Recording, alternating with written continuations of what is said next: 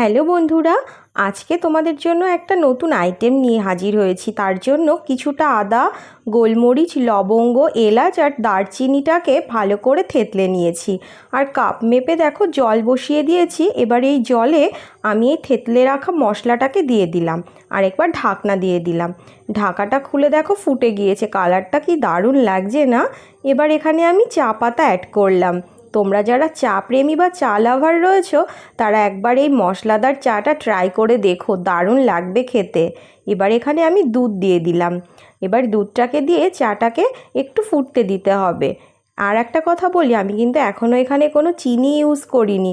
তোমরা চাইলে কিন্তু তোমাদের পরিমাণ মতন অ্যাড করো, বা ডায়াবেটিস যারা পেশেন্ট রয়েছো তারা চিনিটাকে অ্যাভয়েড করো, এই চাটা খেতে পারো, দুর্দান্ত লাগবে। তো কথায় কথায় দেখো রেডি হয়ে গেল মশলাদার এই চাটা। দারুণ হয়েছিল খেতে কিন্তু। Subscribe please.